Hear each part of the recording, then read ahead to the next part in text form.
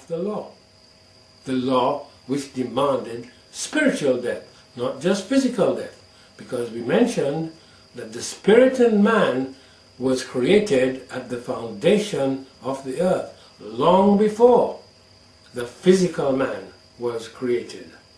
So we see that we are primarily spiritual beings. In Romans 7:6 it says, "But now we are delivered from the law." The law no longer has a hold over us, because Christ has already paid the price. That being dead wherein we were held, that we should serve in newness of spirit, and not in the oldness of the letter. In Romans 8:3, "For what the law could not do, in that it was weak through the flesh, God, sending his own Son in the likeness of sinful flesh, and for sin, condemned sin in the flesh." Now we can carry on and say, was victorious over sin and over Satan. This is why we are told Christ came to fulfill the law. The law demanded death. All the sacrificial laws of the Old Testament no longer apply, because they were fulfilled by the perfect sacrifice of Christ. So Christ paid the penalty for us, and he fulfilled the requirements of the law. You know, if the eternal God tells us something, then you know what we will do? We will do the exact opposite, almost instantly. In Matthew 5:17, he said, "Think not that I am come to destroy the law of the prophets." So what do we think? He came to destroy the law and the prophets. Absolutely true, isn't it? That's what most churches teach. But he said, "Think not." So yes, we run down the road quickly. Yep, that's what's going to happen. That's what has happened. But Christ said, "Think not that I am come to destroy the law or the prophets. I am not come to destroy, but to fulfill." Fulfill? What does that mean? Some people say it means, show us how to keep the law better. No. As I said, there was a requirement that had to be met. A debt had to be paid. It had to be honored. It had to be fulfilled. And that's what we are talking about here. And that is precisely what Christ did.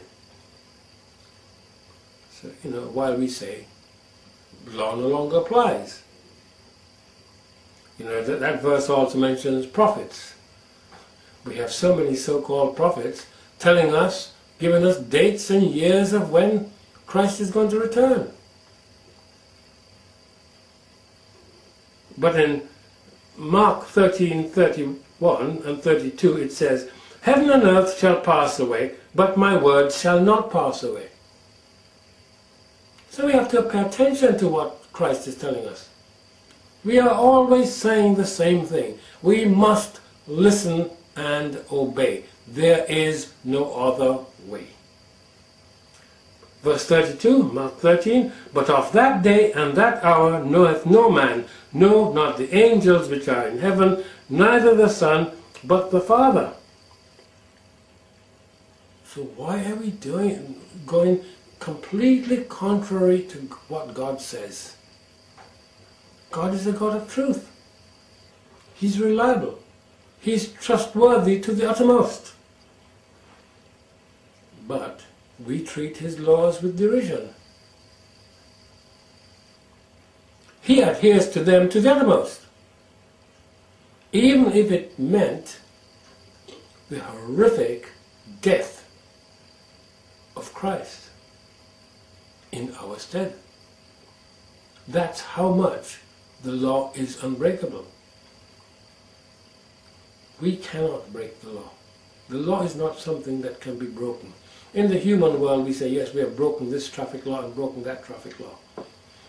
In God's world, you can't break a law.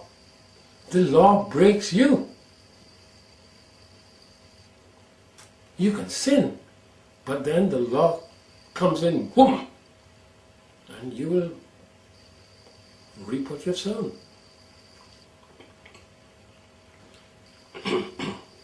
I said that the law is unchanging. However, there has been a magnification of the law. But this can be regarded as a change. Confusing? Well, not really. You see, Hebrews 7:12 says, "For the priesthood being changed, there is made of necessity a change also of the law." But you just said God doesn't change. No, He doesn't change. He has enhanced the law. He has magnified it. You see, now, to even think of sinning is sin.